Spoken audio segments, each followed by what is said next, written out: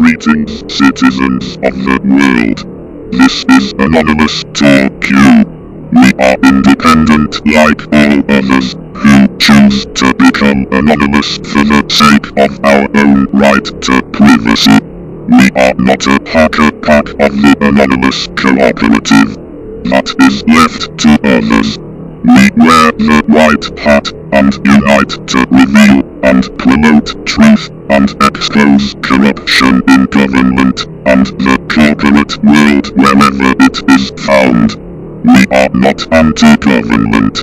We stand against corruption within government by corporate-sponsored and backed politicians whose goals ultimately are to bring in a new world order, which stands itself to be nothing less than a conspiratorial act against the American Constitution. We are born-again Christians. We are fundamentally sound in doctrine, which traces back to the time of Jesus according to what we now call the Holy Bible, in adherence to the King James Version, which withstands the test of time.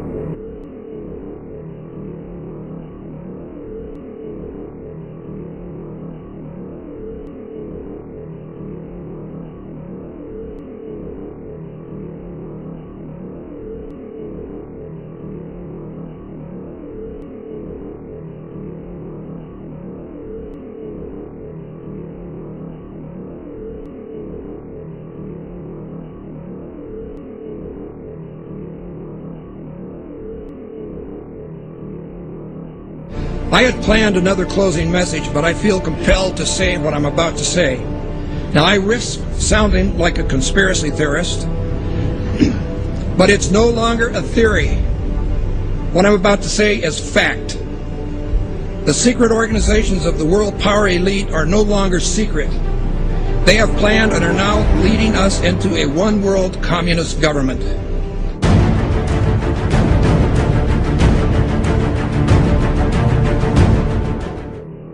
Executive order signed by President Obama has sparked controversy on both sides of the political aisle. The National Defense Resources Preparedness Executive Order was signed quietly Friday night. It gives the president the power to control U.S. resources. The Rules Committee is going to meet in the House. They are going to come up with a rule that makes it okay for them to do a same-day bill.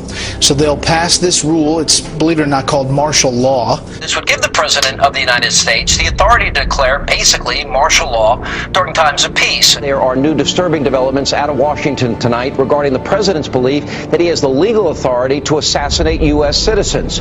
Incredibly enough, it appears that our Commander-in-Chief actually believes that authority exists not only on foreign soil, but right here on American soil as well. But Senators McCain and Levin have added this legislation which would authorize the President to declare the entire United States of America, all 50 states and all territories, to be a battlefield, right, even though there's no battle, thanks be to God, going on here. War on terror is different. And that would authorize him to use Commander-in-Chief authority in the United States, to use the military to arrest people in the United States who, in the President's opinion, are enemies of the country. Particularly to hear President Obama claim the power to keep people in prison indefinitely with no charges against them, no conviction, no sentence, just imprisonment. Joining us now is former Secret Service agent Dan Bongino. Dan, thanks a lot for joining us. What do you mean there's no such thing as gun control, only people control? Tell me what that means. Tucker, this is larger ideological ploy by this administration. They're not being authentic with America, whether it's the sequester, healthcare, or the gun control issue. What they do is they manipulate an emotional crisis, a national emotional crisis, to further an ideological agenda which involves the evaporation, the slow disintegration of your civil rights, your liberties, your ability to live and let live. And it's a disturbing pattern that, frankly, is really starting to get under my skin. The US is funneling money into tracking systems that are threatening to make the very concept of privacy a thing of the past. It could mean people's every move being used against them to keep them under surveillance. The information age was an era nearly everybody embraced. But today's surveillance age, experts say, is a reality almost no one can escape. David, why does the DHS need 450 million hollow point bullets? That kind of ammo that they purchased from ATK, hollow point ammunition, as you had explained, it's designed to, tear through human flesh and then expand. It's designed to kill people. This is not the optimal kind of ammo you would buy for target practice. It's more expensive and it's more precise. Do you think this is a sign that they're preparing for some sort of mass civil unrest? So they have an open bid right now, DHS, for even more ammunition, for 175 million rounds of .223 caliber rifle ammo. It's almost identical to the ammunition used by NATO peacekeeping forces. So that's very interesting. Are they planning on some kind of widespread economic unrest in the U.S. that would require NATO forces to help us out? $500 million in surplus military weaponry from the Pentagon, which is authorized through the Pentagon's 1033 program. During the late 70s, Congress passed legislation called Posse Comitatus, barring the military from operating on American soil. And in the early 80s, there was an effort to circumvent that in Congress by arming police with military-grade weaponry. And now we're seeing that play out in the streets. People in the inner city in the U.S. have been experiencing this. So civilians in the U.S. are now up against basically military-style policing.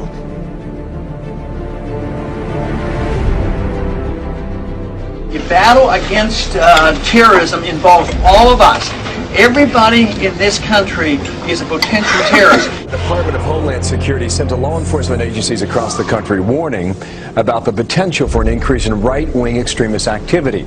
It warns about groups and individuals dedicated to single issues like abortion, immigration, and gun rights. Tonight, our focus is on every American's right to freedom of expression and freedom of religion. It's the Christians who are under siege by government officials and anti-religion groups who think Christmas and Christianity have no business in the public arena. The Department of Defense has just issued a new list of extremists that should be watched. And on that, in fact, number one, past the Muslim Brotherhood and past Hamas, Hezbollah, number one, evangelical Christians. We begin tonight with a newly leaked U.S. Army military police training manual for what they are calling civil disturbance operations. The Army manual outlines the plan to kill rioters and demonstrators in America. That's right, they have plans to confiscate our firearms and kill American citizens on U.S. soil.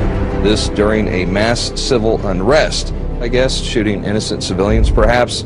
And it goes on to describe how prisoners will be processed through internment camps. Wow. So there you have it. Our own military being trained for armed conflict with U.S. citizens.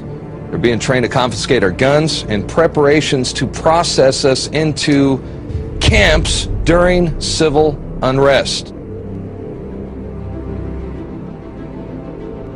A pretty scary scene along the Chicago River turns out to be a military training exercise. There was nothing routine that folks reported about seeing the jarring, as they witnessed the jarring scene of at least 3 Black Hawk helicopters flying at times in close order formation. Just in, a military drill in downtown Miami, complete with these Black Hawk helicopters, elite soldiers, and police officers swarming the street. Take a look, swing back over here. This may be involved in this training or not. Again, let me tell you what all of this is that we know of. It's a joint military training exercise involving local police, also military. Sight of Army helicopters and the sound of gunfire created a lot of concern this afternoon in one Houston neighborhood. There were armed men in fatigues, plenty of weapons, and what many thought were real live rounds.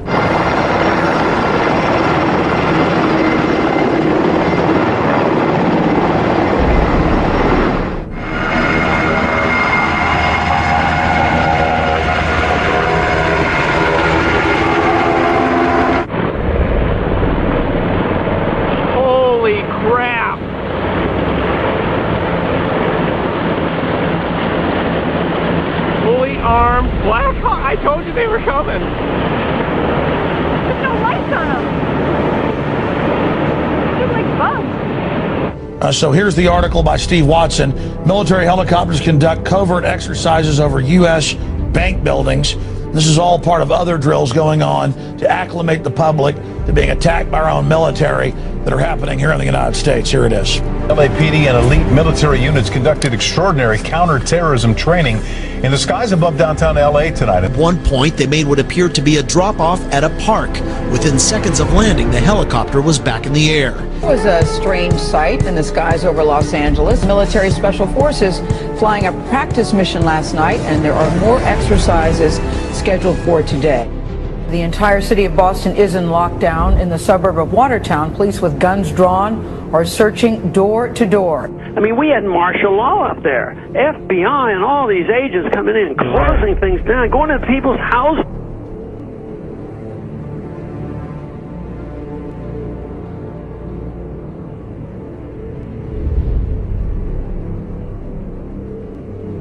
Mr. President, I do want to get right to the news of this week. Sure. The terrorism in Boston. Yeah. Many people have wondered if it took you right back to 9/11 when you heard it. Well, at first, I was deeply concerned that there might have been a organized plot. I don't know all the facts. I don't think we all know all the facts, but I was deeply concerned that this could have been another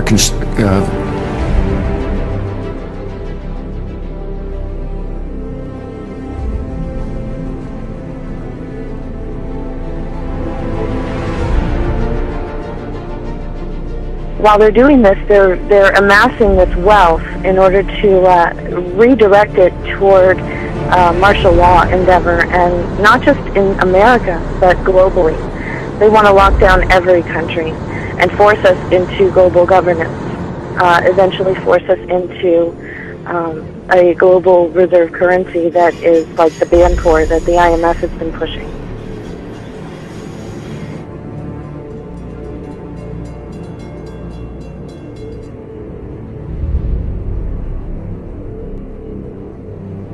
And those people who have been yelling, oh, the UN's going to take over global Conspiracy government. theorists. They've been crazy, but now they're right. Yeah, well, when Geithner, It's happening. When Geithner said he would be open to the idea of a global currency last week, yeah.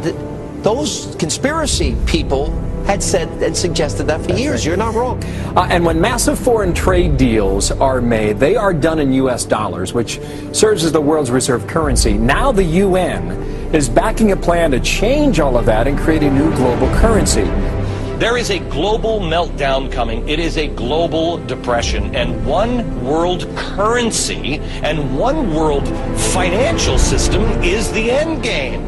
China said last week they want one global currency. France said yesterday or the day before that they want one world order, a new world order, at the end of this event. U.S. State Department, the Federal Reserve, even the EPA are sending billions of dollars overseas, and many economic and political decisions made in the United States just don't benefit us. They benefit a would-be one-world government. Because of the programs like this and just the fiscal conditions that we're in, it feels like there's a greater sense of urgency to get to that one-world government. Do you feel like the Obama administration may actually be hitting the gas rather than the brake pedal when it comes to this?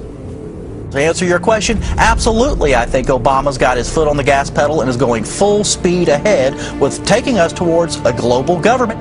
Oil looks higher, gold looks higher, currencies look weaker, all for the reasons that we talked about before. I mean, you've got huge wage disparities.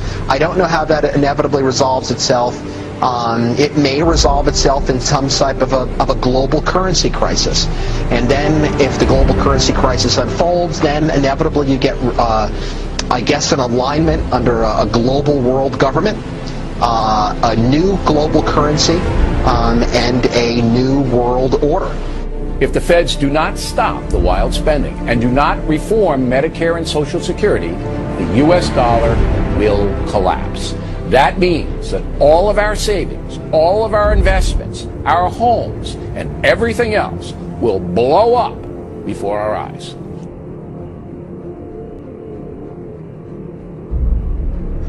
This morning on Today's Health, a computer chip that could be implanted under your skin so doctors can quickly access your medical records. Explain to me briefly what the VeriChip is and what it is supposed to do. VeriChip is a tiny miniaturized RFID, or radio frequency identification microchip. It's 11 millimeters by 1 millimeter. It's about the size of a grain of rice. Well, we got one sitting there by a penny to give us a little perspective of the size. Very Correct. Tiny. You implant it under the skin how? It gets injected, just like getting a shot of penicillin or any medicine that you would get in a doctor's office. It goes in the upper right arm. Implantable human chips. Supporters hail the technology as a medical marvel. You have one in your arm right now. That's correct. Where is it? It's in the upper right arm. It's a simple injection process. Finally from us this evening, technology on the cutting edge. We were interested today to hear that more than 100 law enforcement officials in Mexico are having microchips implanted in their arms. The chips allow a person to be scanned.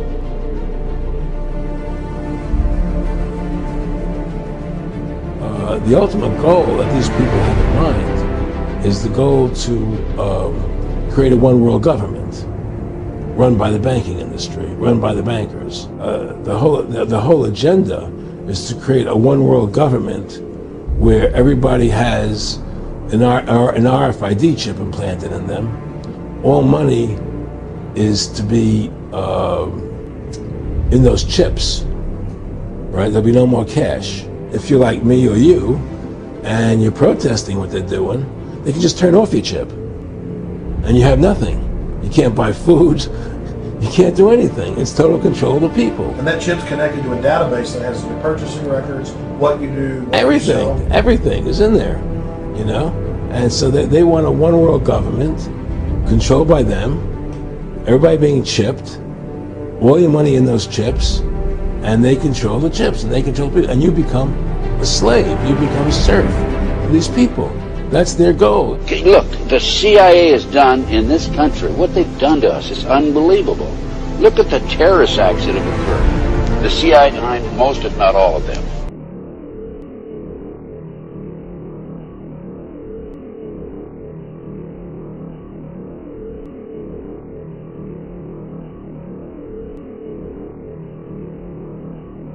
Trained to subdue citizens inside an internment camp. Then, DHS is caught busing in more illegal immigrants. And the lies of the NSA. That's next on the InfoWars Nightly News. And the public are a bunch of sheep thinking this is to protect them from terrorists. Terroristas! Give me a break! We have shocking video this evening from a recent U.S. Marines training drill in Yuma, Arizona, where it shows armed troops chasing down American citizens in a mock internment camp, this during a martial law style scenario. The exercise, which involved U.S. Marines from the 1st Battalion, 5th Marine Regiment, 1st Marine Division, well, it took place on April 18th and revolved around assault support tactics training. The video shows Marines landing in a helicopter on a field next to a busy highway. Local citizens can be seen watching the exercise over a chain link fence while role players take part in the drill. And by the way, these exercises are happening all across the country right now, and Jade Helm hasn't even started yet. One of the role players, you can see him right here, he tries to escape the compound and is chased down and handcuffed by an armed Marine. And you can even hear the role players shouting things out like, "Let me out!" Because, well, it looks like they are training to put Americans in internment camps. And if these drills are supposed to be for urban warfare in the Middle East, like the U.S. military claims, then why do the role players always shout things out like, "I'm a sovereign citizen, I have my rights," or "Don't take my guns"? I mean, that's the routine. That's what we're seeing from these drills. And why are they building mock cities like they did at Fort A.P. Hill in Virginia, where the street signs are clearly in English and they resemble an average American town? And don't forget, it was Alex Jones who went to a drill in California. This was several years ago, and he captured a video of the U.S. military processing American citizens into an internment camp as the voice over the loudspeaker Yeah, well, you can hear him shouting, "We will not tolerate civil disobedience."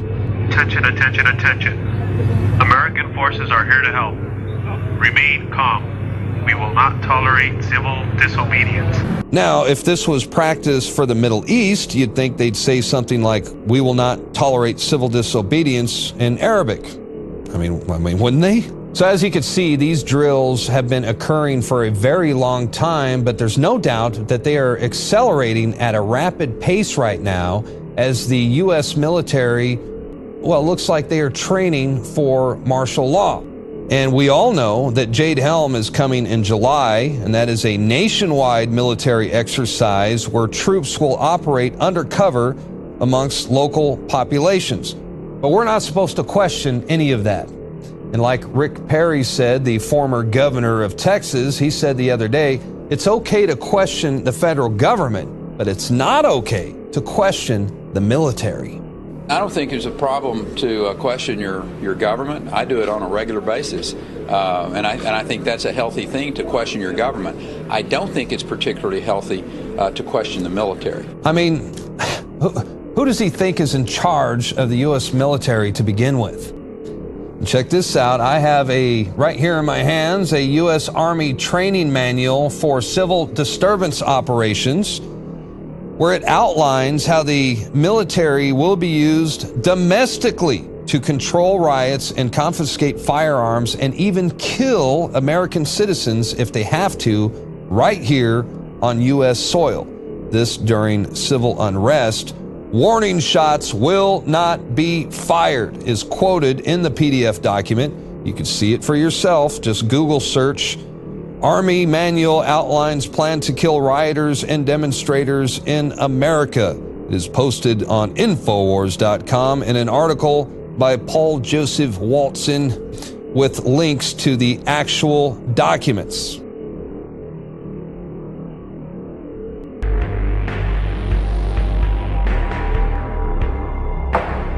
Here are the facts.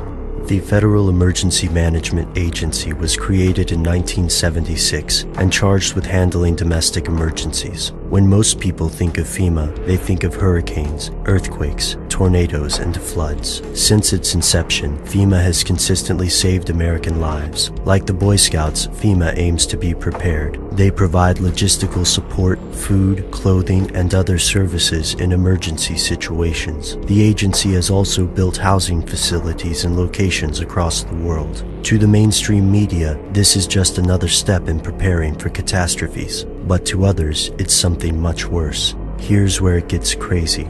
According to broadcaster Alex Jones, FEMA is a front for a secret government, and the housing locations will actually serve as quarantine centers or internment camps. This is not an unfounded fear. After all, during World War II, the US forced over 100,000 Japanese Americans into government camps for the duration of the conflict. And civil unrest could be considered a domestic emergency. How would this insurrection occur? Theorists cite any number of possible causes, from the establishment of a one-world government to a national pandemic. Some believe a global elite of bankers and aristocrats may artificially create a disaster to trigger a massive incarceration of US citizens who object to the plan, whatever that plan might be. Fringe researcher Mary Louise alleges that FEMA keeps a red list and a blue list, where people on the blue list will be shipped to camps for quarantine or re-education, while those on the red list will be executed. Skeptics rightly point out that this conspiracy requires an amazing, even implausible, level of organization.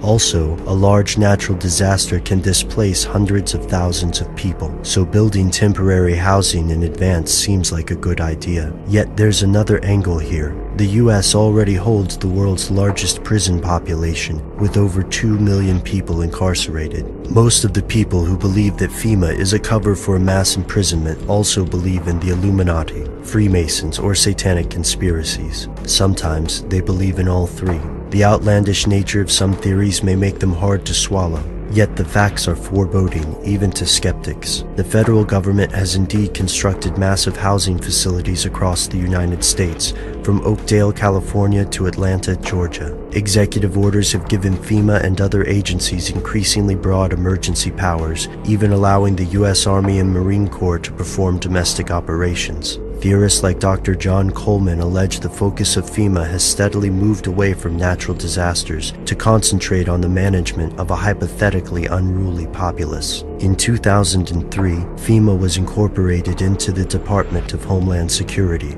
To most Americans, this is just another game of bureaucratic musical chairs. However, it makes perfect sense to conspiracy theorists. Before you reject this theory, take a look at the laws surrounding the Constitution, FEMA, Homeland Security, and other related agencies. Pay close attention to Rex 84, the Patriot Act extensions, Operation Garden Plot, and the executive orders that created FEMA.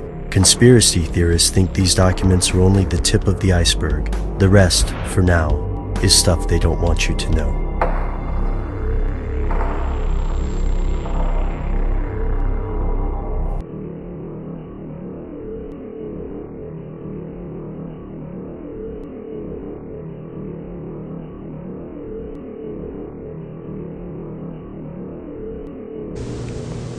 Not too long ago, I talked with Dale Bohannon, whom I've known since, I guess, the mid-1980s. And he told me something very interesting that he found back in the fall of 2000 while he was on a business trip. Listen to this, folks. I was pulled to the side road, which was a new cut gravel dirt road in front of a business, a builder supply business, actually Top-Notch Builder Supply in Madison, Georgia. To my right, this was previously was a soybean field, and this little new cut road divided this field, and the right side of the road was filled with which I thought was portable toilets. I never looked at them that close. Same in color, maybe black, but which was an odd color. And I was sitting there going over my notes, and a van pulled alongside of me that turned out to be the property owner. And he greeted me, and he was by himself, and so we had a good little dialogue there, and I asked him about the field of black boxes. What were they? Because I'd never seen anything like that, and his statement was that if he told me, I would be one of few people in Madison, Georgia that knew about them. And he says they're disposable coffins, I believe he told me. And he says there's 100 at that time. He said there was 125,000 there, and they were stacked. He told me 15 high. I asked him who owned them, and he stated that the CDC owned them, and that they were leasing his land for storage. And he said his brother worked with the CDC in Atlanta and had been asked by the CDC to do a 3-year extension to place temporary morgues all across the nation. So in January of this year, 2005, we decided to drive to beautiful Madison, Georgia and take a look for ourselves. It was on a Sunday and no one was around, with the exception of this one pickup truck that was coming out the narrow road that we were going in on next to this field. We flagged down the pickup truck, and it was providential that the driver of this pickup truck turned out to be the son of the man that owned this field. So naturally, we started asking him questions. And he told us that not long ago, there had been as many as 500,000 of these grave liners or disposable coffins. We asked him for permission if we could look around, and he said yes, so we did. we're just getting an idea for the size of these boxes. What could these boxes be used for? Well, they're called casket liners. And that's an interesting term, isn't it? It's a casket liner. When I first heard the term casket liner, I thought perhaps a lining for a casket. But this is too big to be on the inside of a casket. So certainly this could be used as a casket. This is an inexpensive casket. And you can see the size here. There's lots of room. I think my friends here, we could all probably get inside. It might be a little cozy, but we'd fit just fine. Which tells me that these liners can be used for more than just one. And one more time, what kind of liners are these? Casket liners. These are casket liners. That's what the man said. That's what the man told us. And we're told that there are about, well, there were about 500,000 out here. Later, as I went back to my home office, I spoke of it there, and of course people usually don't want to hear too much about this kind of thing. So it's never been mentioned, publicly, except just here and there, because most, like I said, the reaction I got, people didn't want to know about it, the few people that I spoke to, and so I just dropped it. And till I went to a luncheon, a fundraiser for Representative Saxby Chambliss. He was running for his second term for the U.S. House of Representatives, and it was a crowd, probably 100, maybe 150. It was congressmen, senators, state senators, and mayors. There was one table we probably had 2 3-star generals and a couple of 1-star with their spouses. So it was a real high-powered meeting. But the keynote speaker was a congressman, and I don't remember his name. He'd just been in the House for a long time, and he was the chairman of the Armed Services Committee. And so he just spoke in behalf of Representative Chambliss and the importance of having him on board to be reelected due to our threats. But it had to do with the nuclear devices that was missing from the old Soviet Union and that had gotten into terrorist hands, and it was, the emphasis was on the critical state that we face in this country, and he said we could lose tens of millions of people in the next decade, and he used those terms, due to a nuclear strike on U.S. soil.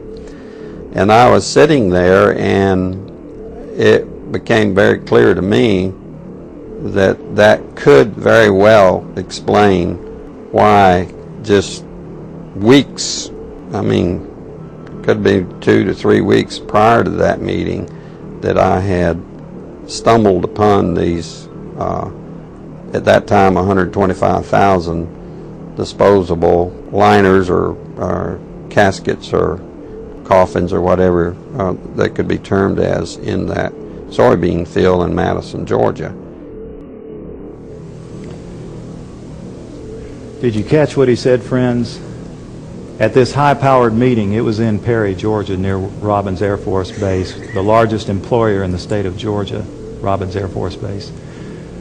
The chairman of the Armed Services Committee was the keynote speaker. The chairman of the Armed Services Committee, whoever that may be, used to be Sam Nunn of Georgia, from the district I was born and raised in. Whoever that chairman is generally one of the most powerful men in Washington. And I can't remember the chairman's name at that time myself, but he said, this was in the year 2000, I believe, that in the next 10 years, possibly due to nuclear strikes, tens of millions of people could lose their lives. And we've just read what our prophet said. Now, what we've just seen is one United States city outside, this is Atlanta, it has a metropolitan population area of roughly 4 million people.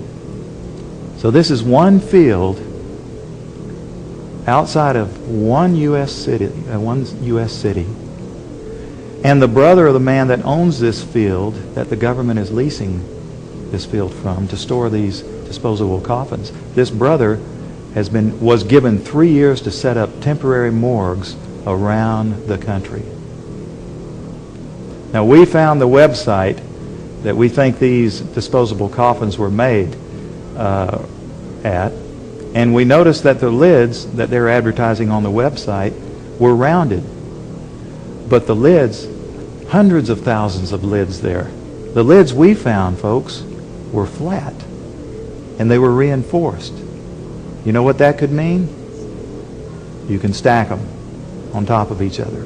That's a lot neater to stack them in disposable coffins than what we saw after the tsunami, when we would see bulldozers digging holes and taking bodies and pushing bodies into holes. America can stomach this much better.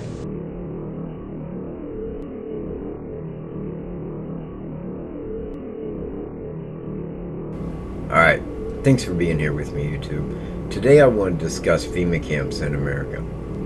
What is the Federal Emergency Management Agency? Simply put, it is the secret government. This agency has the power and authority to go well beyond any other agency in the nation. So what can FEMA do? It can suspend laws. It can move entire populations. It can arrest, detain citizens without a warrant, and can hold them without a trial. It can seize property, food supplies, and transportation systems. It can even suspend the Constitution of the United States of America. When the first concept had been presented, its original mission was to assure the survivability of the United States government in the event of a nuclear attack. Its secondary function was to be a federal coordinating body during times of domestic disasters. These disasters consist of earthquakes, floods, and hurricanes. The secret black helicopters that are reported throughout the U.S., mainly in Western California, Washington, Arizona, New Mexico, Texas, and Colorado, are flown by FEMA personnel.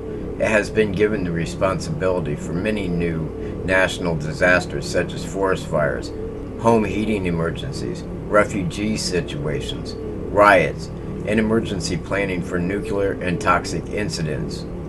It works together with the 6th Army in the West. A series of executive orders was used to create FEMA. It does not matter whether an executive order is constitutional or not. It becomes a law simply by being published in the Federal Registry. These orders go around Congress. FEMA has set up these camps all across America, each complete with coffins that can hold 4 to 5 bodies each.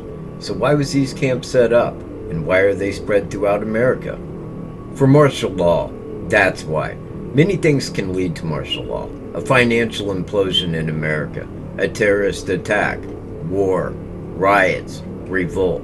Many things can cause martial law, and this is why these camps are set into place. As Obama's administration continues to creep closer and closer to tyranny, one could only imagine how far he'd go before Americans started to revolt.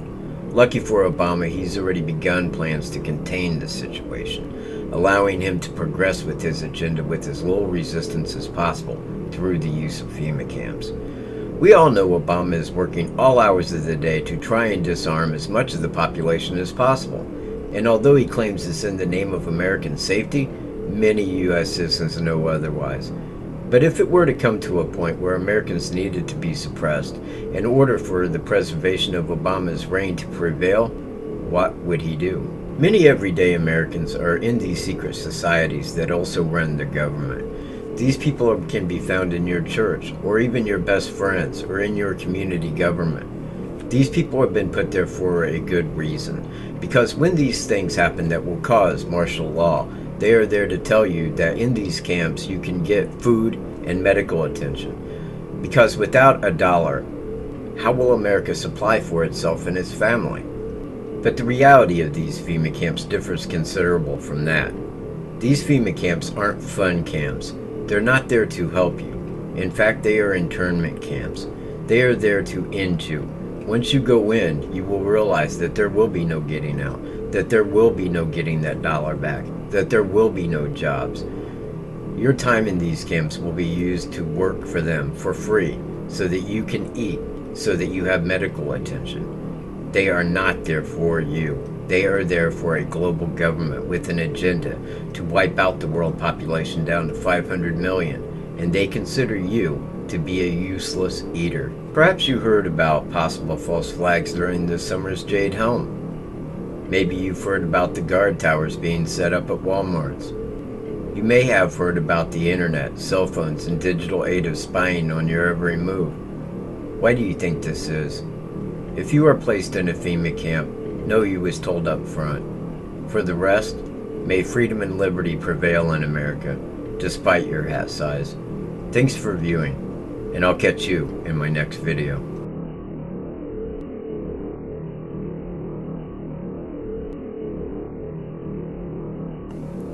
I know you've heard a lot about the FEMA camps, and there's a whole lot of nonsense going on out there. So today we're going to clear up this mess a little bit. We're going to try to figure it out. I'm going to explain to you the truth, because there's a whole, like I say, there's a whole lot of lies and conspiracies out there. We need to get to the bottom of it.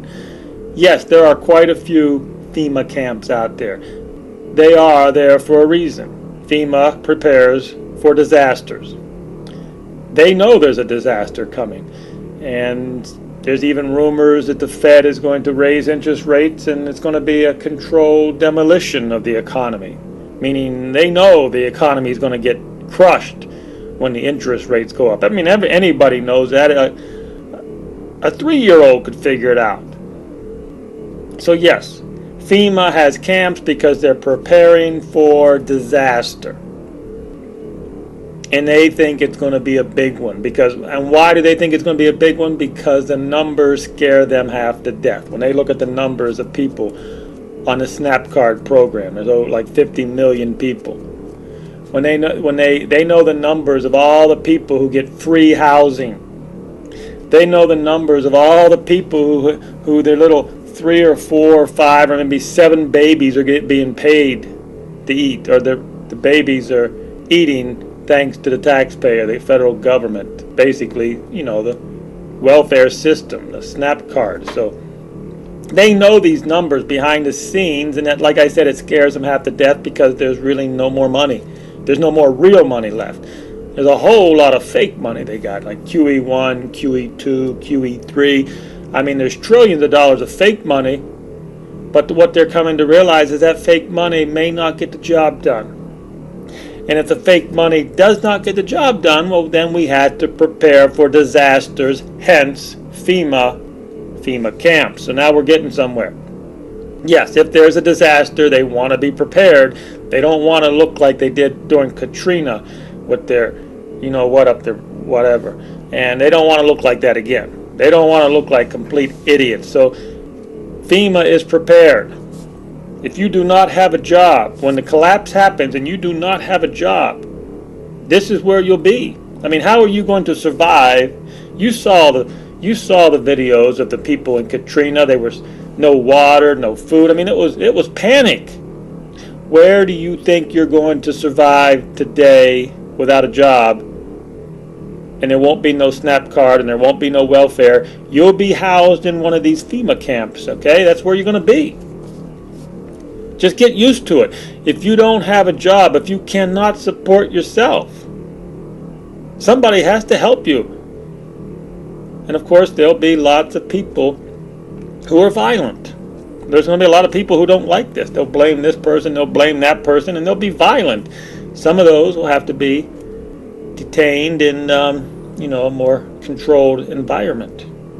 So it all depends on how you're going to react. When the collapse happens, are you going to take it peacefully? Are you going to be calm? Are you going to follow orders? Or are you going to be violent? That's what I don't even want to guess what these are for. But anyhow, FEMA did order 1 million of these. And I don't even want to go into why they ordered these, because I don't even want to go into that. Like I said, there'll be lots and lots of people without jobs. There already is lots of people without jobs. But But the problem is there won't be no SNAP card. There won't be no welfare, and your babies are going to be hungry. So they're preparing. They're going to say, hey, you come over here. We'll give you some beans. We'll give you some rice and beans. And we'll try to get through this disaster. And that's what FEMA camps are about. Now, you got to understand there's 40 million government workers. Now, a lot of these government workers are not going to have a job anymore. And the only problem is they don't have any skills. Think about it.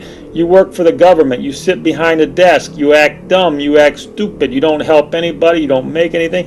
What are you going to do when the government doesn't have the money to pay you anymore? You're going to be in a FEMA camp also. So there's going to be 40 million government workers that a lot of them will be in the FEMA camp because they got no skills. And they're going to have to be housed somewhere when the collapse happens.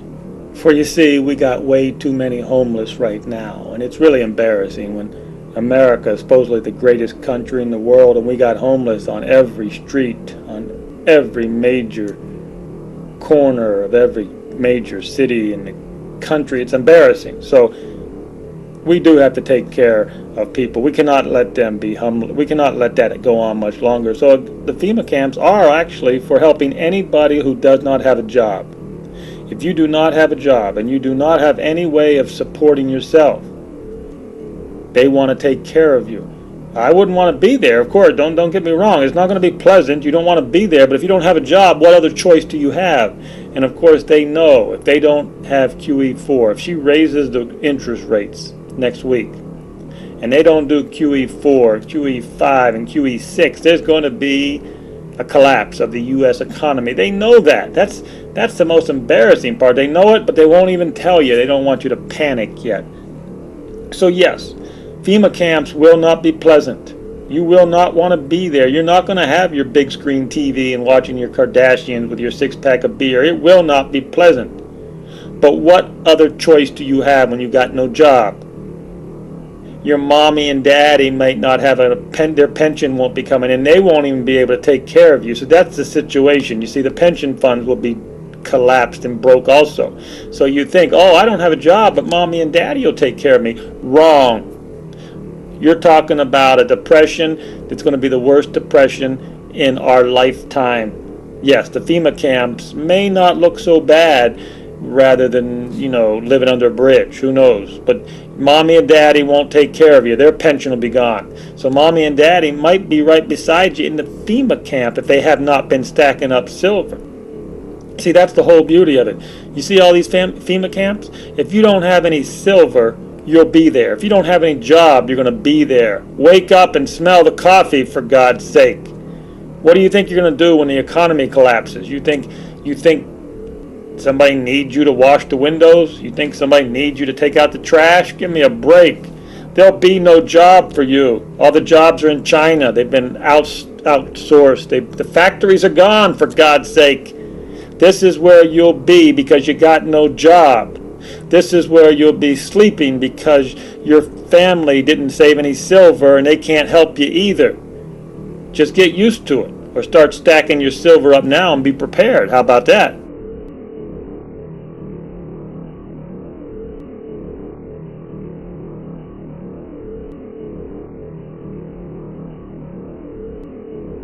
But we begin tonight with a tale of two speeches, both from the same man, both from President Obama.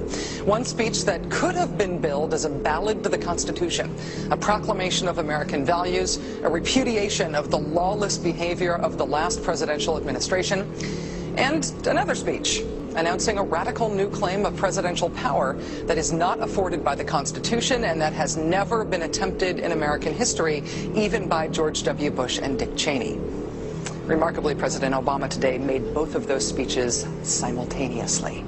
Standing inside the National Archives in front of the actual original Constitution, President Obama delivered a blistering critique of the Bush administration, in which he called their actions and their legacy literally a mess.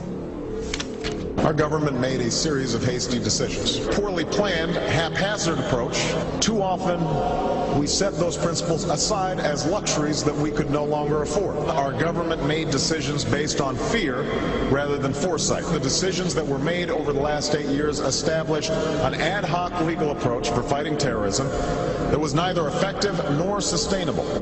An ad hoc legal approach for fighting terrorism that was neither effective nor sustainable. Ouch.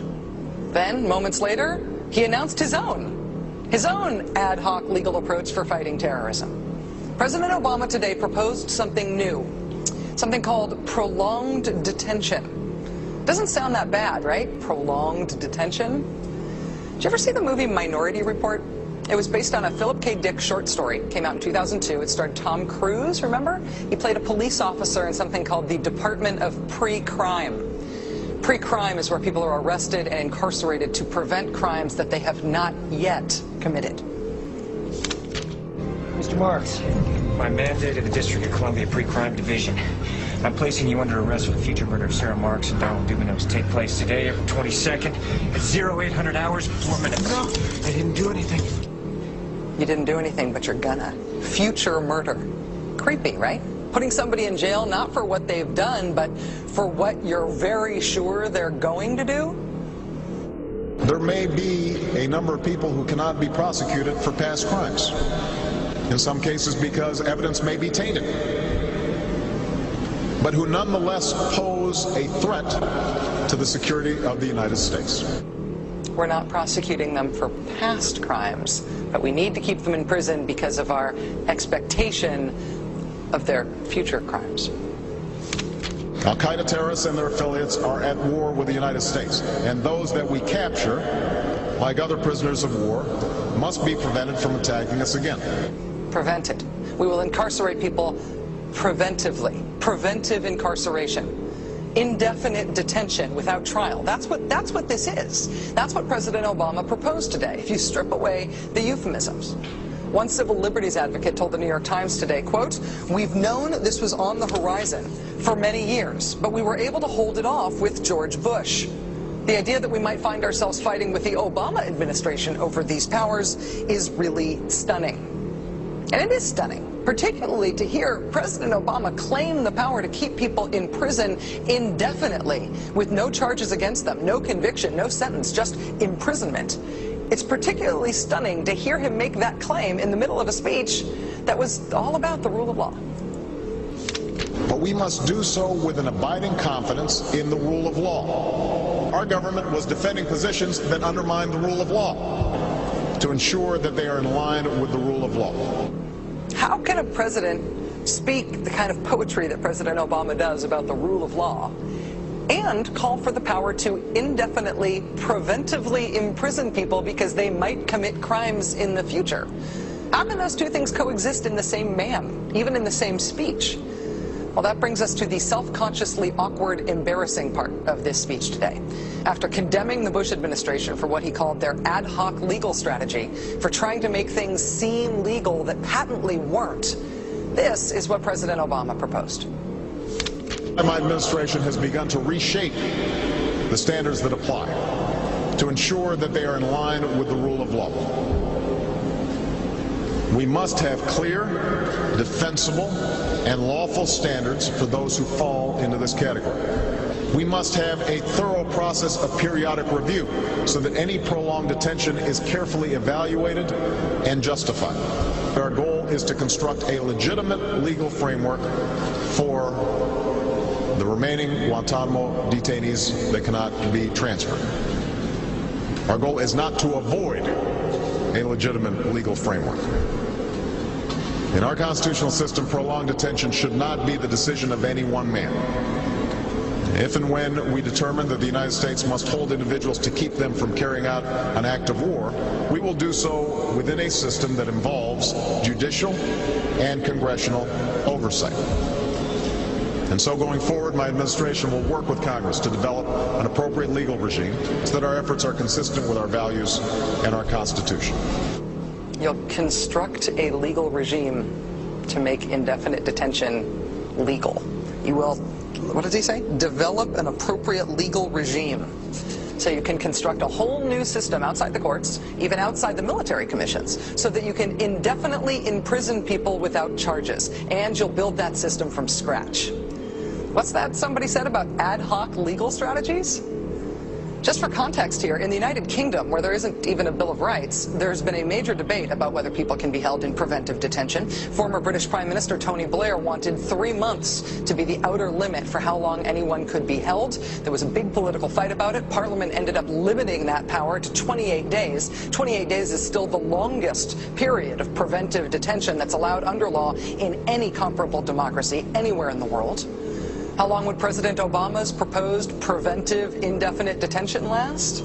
Well, he's not saying yet, but here's how he defines the threat that he says makes indefinite detention necessary. Right now in distant training camps and in crowded cities, there are people plotting to take American lives. That will be the case a year from now, 5 years from now, and in all probability 10 years from now. 10 years from now. So you could get arrested today and locked up without a trial, without being convicted, without being sentenced for, say, 10 years until the threat of your future criminal behavior passes. Prolonged detention, he's calling it. This was a beautiful speech from President Obama today with patriotic, moving, even poetic language about the rule of law and the Constitution, and one of the most radical proposals for defying the Constitution that we have ever heard made to the American people.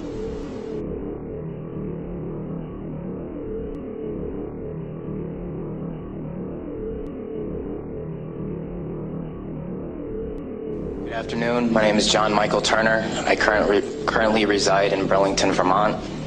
I served with Kilo Company, 3rd Battalion, 8th Marines as an automatic machine gunner. There's a term, once a Marine, always a Marine, but there's also the term, eat the apple, F the Corps. I don't work for you no more. That was John Michael Turner stripping his medals and ribbons from his chest and throwing them into the audience to the applause of attendees at Winter Soldier. Turner then went on to describe some of his time in Iraq. On April 18th, 2006, I had my first confirmed kill. This man was innocent. I don't know his name. I called him the Fat Man. He was walking back to his house, and I shot him in front of his friend and his father. The first round didn't kill him after I had hit him up here in his neck area. And afterwards he started screaming and looked right into my eyes. So I looked at my friend who I was on post with, and I said, well, I can't let that happen. So I took another shot and took him out.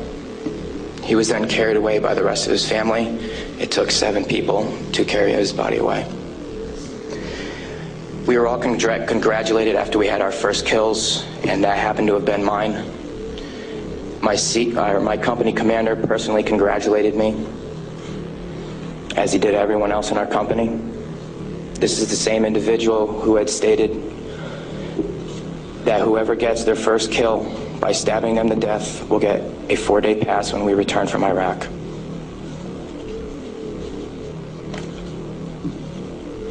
There's one incident where we got into a firefight just south of the government center, about 2,000 meters.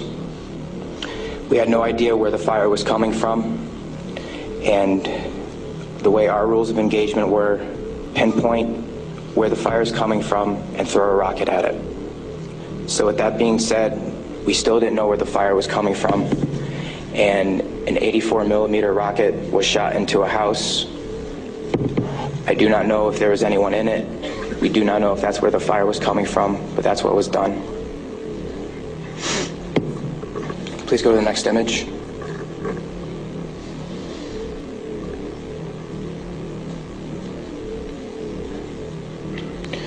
This man right here was my 3rd confirmed kill.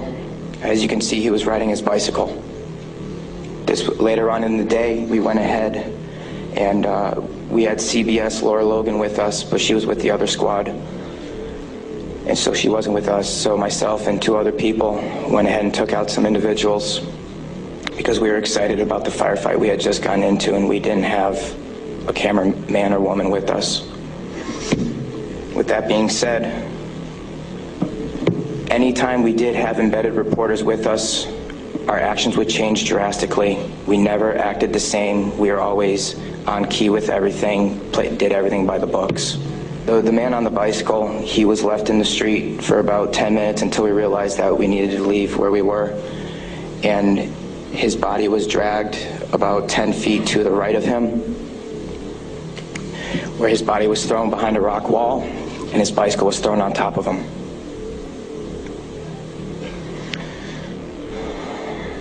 Another thing that we used to do a lot was recon by fire, where we would go ahead and try to start a firefight if we felt threatened in any way, shape, or form. There's one particular incident where we were working with the Iraqi Army and the Iraqi Special Forces in downtown Ramadi, and with our squad and the Iraqi Army, there was also lieutenant colonels, majors, first sergeants, and sergeant majors. Sorry, sergeants major. With that being said, the Iraqi Army would go into the house, kick in the doors, and then go ahead and shoot.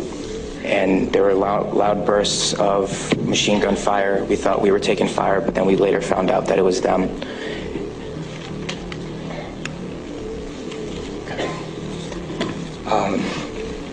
House raids. Because we were a grunt battalion, we were responsible for going on several patrols. A lot of the raids and patrols we did were at the night, around 3 o'clock in the morning, around there. And what we would do is just kick in the doors and terrorize the families. That was an image taken around 3 o'clock in the morning through night vision goggles. And that is the segregation of the women and children and the men. If the men of the household were giving us problems, we'd go ahead and take care of them any way we felt necessary, whether it be choking them or slamming their head against the walls. If you go back to that one picture, that was one man that wasn't taken, that was taken care of in a very bad way. Because of all the wiring that he had, it would be considered IED making material. On my wrist, there's Arabic for FU. I got that put on my wrist just 2 weeks before we went to Iraq because that was my choking hand. And anytime I felt the need to take out aggression, I would go ahead and use it. Please go to the next picture. Next. There's an instance of detainees and how they were treated in a nice manner. Next. That is the Fatima Mosque minaret. As you can see, it is written with bullet holes and holes in the top of it. Those were from mortars. And the next video that I'm going to show you is a tank round that went into that minaret, where we weren't sure if we were taking fire or not.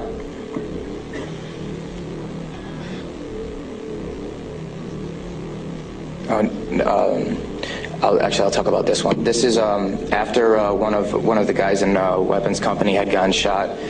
This is a way that we would take out our aggression.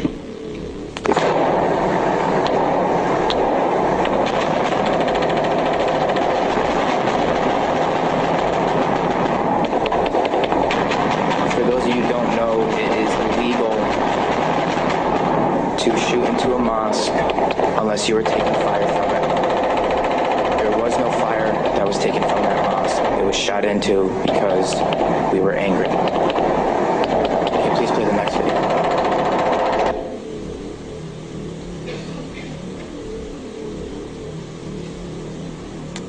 We are on ice cream, trying to suppress the blue and white minaret named Fatima al-Zahra. Hellraiser, Hellraiser. Go ahead, take another tape around that building over. That's that mosque door.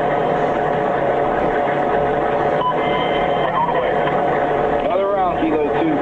Oh, yes!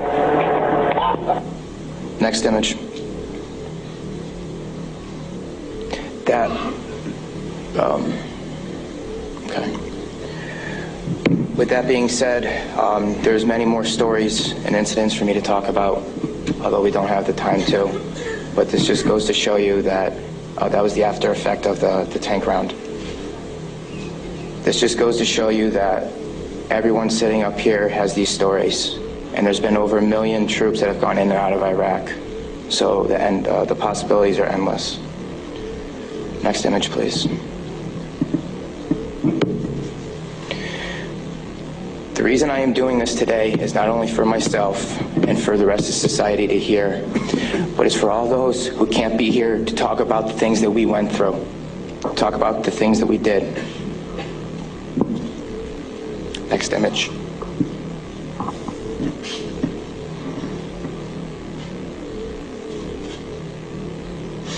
Those 4 crosses and this memorial service were for the 5 guys in Kilo Company, 3rd Battalion, 8th Marines that we lost. Throughout our unit, we had 18 that got killed.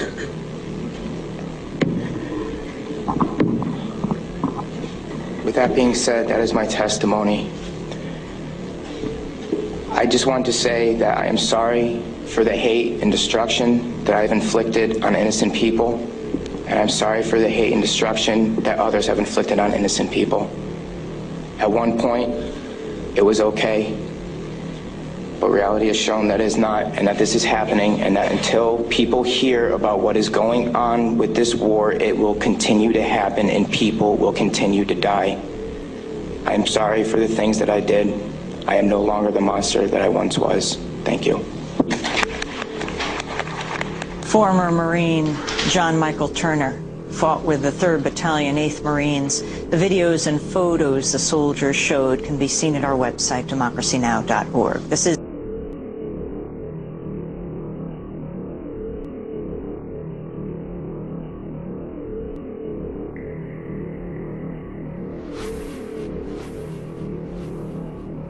The city's homeless problem, however, is worse now than ever, according to a new report which says that nearly 115,000 people went homeless last year, including nearly 40,000 children. Coalition for the Homeless Workers lay the blame squarely at the feet of Mayor Michael Bloomberg. He replaced the federal programs with a series of time-limited subsidies that give you only 1 or 2 years of housing assistance and then cut you off, even if the family is too poor to afford the apartment rent. And so as a result of that, lots of families are ending up making a return trip through the city shelter system. It's indisputable that we've got more homeless people now. That the shelters are overpacked because people are losing their jobs. They're going from their apartments or homes to the city shelters. People that don't take the services, they don't know about them. Among the many predictions about this recession, one has consistently proven to be true. Forecasters have said unemployment will continue to rise, and it has.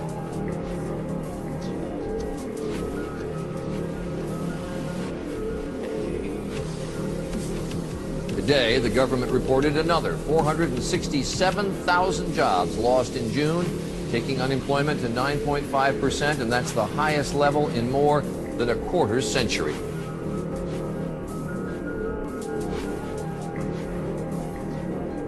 The rising unemployment raises questions about the economic stimulus, which was supposed to create jobs.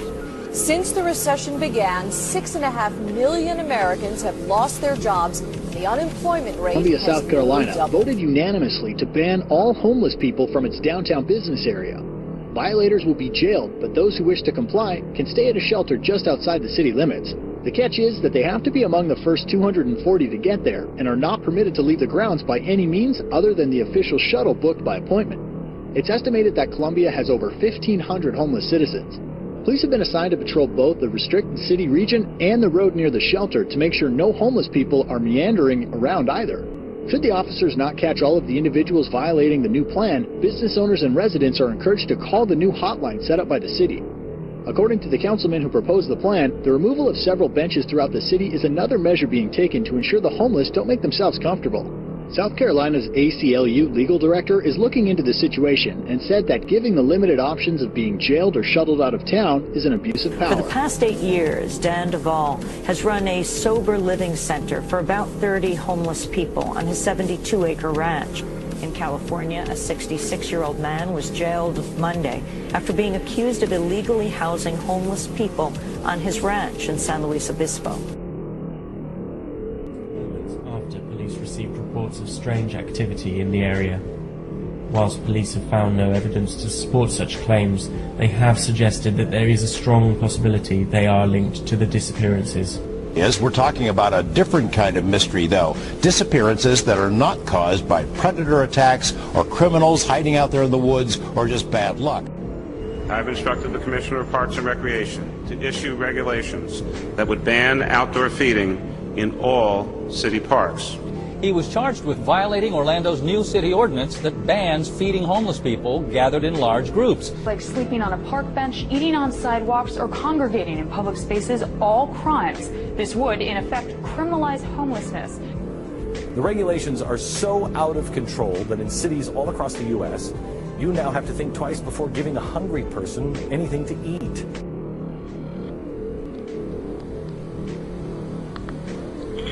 Transportation, is this an emergency? You said medical transportation? Yes. What organization is this? This is an ambulance company. Yeah, because I seen some posting. I seen a posting somewhere about for homeless people. Well, we provide transportation to the shelters in the sub-degree temperatures on the regular basis. United Way does that through 211. Oh, okay. Where, like, because, like, in our area, there's, like, when the shelters come, like, they're, like, at full occupancy half the time. Where do they take the people from there if they don't have any room in the shelters? I don't know. You're not sure? I'm not sure. Maybe they have been transferred to others, but I'm not sure exactly. Huh. So you guys just basically, you just dispatch them and... Huh. They transfer them out. They have someone that coordinates that is not on site here, that are out in the ambulance or in the vehicles that are transporting. Oh, they don't. Communicating with the. They don't use. Find out who has. They don't use ambulances to transport them. Then they use other means of transportation. Correct.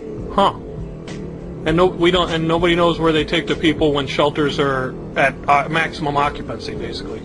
They coordinate with the shelters, because they speak with the shelters on the people that they're bringing in, and they coordinate to take them somewhere else. Where it is, I'm not sure of exactly how the exact ins and outs of that works. Okay. Well, hey, thanks so much for your time. Have a good evening. Bye-bye.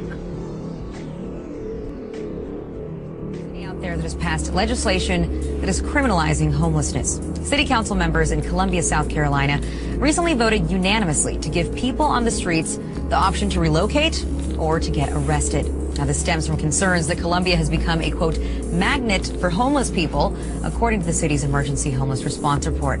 And council members are urging people that this is just a temporary stopgap measure. That's something that Councilman Cameron Runyon told local station WIS-TV about. Take a listen. This is stopgap. This is going to open up a window of opportunity for us to come together as a community to develop the long-term response to this problem. This problem has plagued us for a generation and a half at least. So you can't come up with the long-term response yet. You just start arresting people. I'd say that it's pretty troubling, John. And as I mentioned, it's not the first city in the United States that we've seen resort to similar measures. No, there's a few cities that have done this. And, I know they talk about the fact that there's a off-site homeless shelter that they can ship the homeless they arrest to, but one, they have nowhere near the number of beds that equal the Columbia's homeless population, and two, it's police guarded. They can't leave without permission. They have to be shuttled to and from on a special shuttle bus. So I'm not sure, is this a shelter or prison for the homeless? But at the same time, a lot of cities, we've talked about several cities that have been doing this, cited in the article. Cities obviously are looking at their downtown business districts, want to bring in people, but at the same time, let's look at addressing the root cause of homelessness, not criminalizing, the fact that someone, just doesn't have a home because they may not have the job, they may not have the money. A lot of other cities are looking at other ways to address homelessness, not, arresting them, shipping them out to someplace in the middle of no place and putting them in a shelter that may or may not be homeless jail. So yeah, interesting. It's not addressing the problem. It's just that mentality of locking people up and throwing away the key and trying to just forget about it and not even have to acknowledge or visually see that this problem exists anymore, which, I just think is horrifying.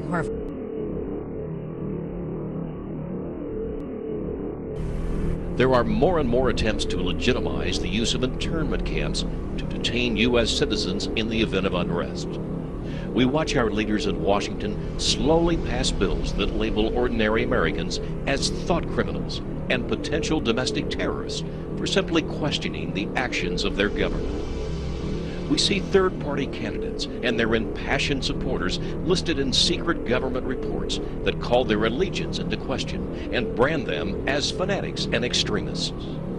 FBI and Homeland Security documents classify homeschoolers, gun rights activists, some veterans, and anti-abortionists as threats against the existing social and political order, by default creating an entire nation of radicals and revolutionaries where everyone is a suspect, equally guilty until proven otherwise.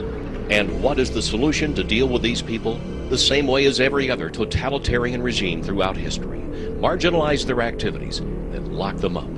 Prisons are being built, internment camps constructed, and laws passed that deal severely with anyone who dares to step out of line or ask too many questions. There are approximately over 600 prison camps in the U.S., all fully operational and ready to receive prisoners. They are all staffed and even surrounded by full-time guards, but they are all empty. These camps are to be operated by FEMA should martial law need to be implemented in the United States. The camps all have railroad facilities, as well as roads leading to and from the detention facilities. Many also have an airport nearby.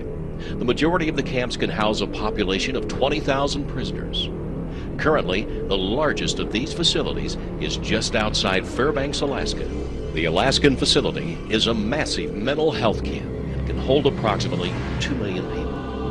One possible FEMA camp has been rumored for years to be at an Amtrak train repair center located in Beech Grove, Indiana.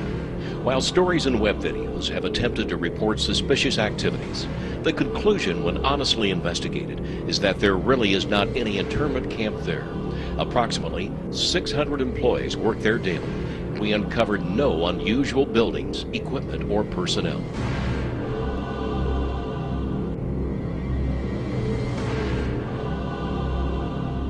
Having said that, there are many well-documented camps and prisons that have sprung up around the United States the past decade or so.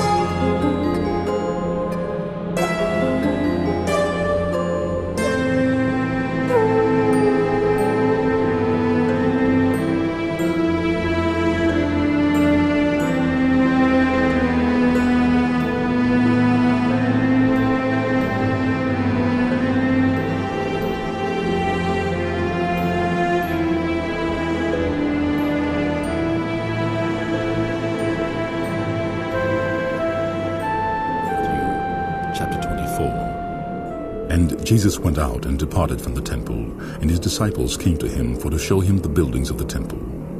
And Jesus said unto them, See ye not all these things? Verily I say unto you, there shall not be left here one stone upon another that shall not be thrown down. And as he sat upon the Mount of Olives, the disciples came unto him privately, saying, Tell us, when shall these things be? And what shall be the sign of thy coming, and of the end of the world? And Jesus answered and said unto them, Take heed that no man deceive you. For many shall come in my name, saying, I am Christ, and shall deceive many. And ye shall hear of wars and rumors of wars. See that ye be not troubled. For all these things must come to pass, for the end is not yet. For nation shall rise against nation, and kingdom against kingdom. And there shall be famines and pestilences and earthquakes in divers places. All these are the beginning of sorrows. Then shall they deliver you up to be afflicted, and shall kill you, and ye shall be hated of all nations for my name's sake. Then shall many be offended, and shall betray one another, and shall hate one another. And many false prophets shall rise, and shall deceive many. And because iniquity shall abound, the love of many shall wax cold. But he that shall endure unto the end, the same shall be saved. And this gospel of the kingdom shall be preached to all the world for a witness unto all nations, and then shall the end come. When ye therefore shall see the abomination of desolation spoken of by Daniel the prophet stand in a holy place, whoso readeth, let him understand. Then let them which be in Judea flee into the mountains. Let him which is on the housetop not come down to take anything out of his house. Neither let him which is in the field return back to take his clothes. And woe unto them that are with child, and to them that give suck in those days. But pray ye that your flight be not in the winter, neither on the Sabbath day. For then shall be great tribulation, such as was not since the beginning of the world to this time, no, nor ever shall be. And except those days should be shortened, there should no flesh be saved. But for the elect's sake, those days shall be shortened. Then if any man shall say unto you, Lo, here is Christ, or there, believe it not. For there shall arise false Christs, and false prophets, and shall show great signs and wonders, insomuch that, if it were possible, they shall deceive the very elect. Behold, I have told you before. Wherefore, if they shall say unto you, Behold, he is in the desert, go not forth. Behold, he is in the secret chambers, believe it not. For as the lightning cometh out of the east, and shineth even unto the west, so shall also the coming of the Son of Man be. For wheresoever the carcass is, there will the eagles be gathered together. Immediately after the tribulation of those days shall the sun be darkened, and the moon shall not give her light, and the stars shall fall from heaven, and the powers of the heavens shall be shaken. And then shall appear the sign of the Son of Man in heaven. And then shall all the tribes of the earth mourn, and they shall see the Son of Man coming in the clouds of heaven with power and great glory. And he shall send his angels with a great sound of a trumpet, and they shall gather together his elect from the four winds, from one end of heaven to the other. Now learn the parable of the fig tree. When his branch is yet tender, and putteth forth leaves, ye know that summer is nigh. So likewise ye, when ye shall see all these things, know that it is near, even at the doors. Verily I say unto you, this generation shall not pass till all these things be fulfilled. Heaven and earth shall pass away, but my words shall not pass away. But of that day and hour knoweth no man, no, not the angels of heaven, but my Father only. But as the days of Noe were, so shall also the coming of the Son of Man be. For as in the days that were before the flood, they were eating and drinking, and marrying and giving in marriage, until the day that Noe entered into the ark, and knew not until the flood came and took them all away, so shall also the coming of the Son of Man be. Then shall two be in the field, the one shall be taken, and the other left. 2 women shall be grinding at the mill, the one shall be taken, and the other not. Watch therefore, for ye know not what hour your Lord doth come. But know this, that if the goodman of the house had known in what watch the thief would come, he would have watched, and would not have suffered his house to be broken up. Therefore be ye also ready, for in such an hour as ye think not, the Son of Man cometh. Who then is a faithful and wise servant, whom his Lord hath made ruler over his household, to give them meat in due season? Blessed is that servant, whom his Lord, when he cometh, shall find so doing. Verily I say unto you, that he shall make him ruler over all his goods. And if that evil servant shall say in his heart, My Lord delayeth his coming, and shall begin to smite his fellow servants, and to eat and drink with the drunken, the Lord of that servant shall come in a day when he looketh not for him, and in an hour that he is not aware of, and shall cut him asunder, and appoint him his portion with the hypocrites. There shall be weeping and gnashing of teeth.